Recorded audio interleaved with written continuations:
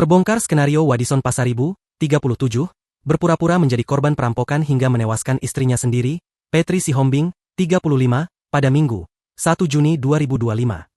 Seperti diketahui, pasutri itu awalnya disebut sebagai korban perampokan. Namun tak disangka sang suami lah pelaku sekaligus dalang yang merekayasa pembunuhan tersebut. Bahkan, Wadison Pasaribu sempat berakting menangis sesenggukan seolah meratapi kematian istrinya. Sebelumnya, Wadison merancang skenario dengan sengaja masuk dalam karung terikat dengan kondisi pingsan dan ditemukan warga di ruang dapur rumahnya. Sementara, sang istri ditemukan tewas di dalam kamar tidurnya dengan posisi tengkurap dan tangan terikat ke belakang. Wadison yang baru keluar dari rumah sakit lalu menangis saat duduk di samping jasad istrinya yang sudah terbujur kaku di rumah duka.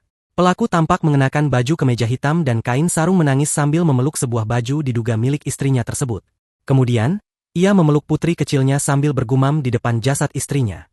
Ternyata di balik momen pilu itu, Wadison berakting bak merasa sedih ditinggal oleh istrinya.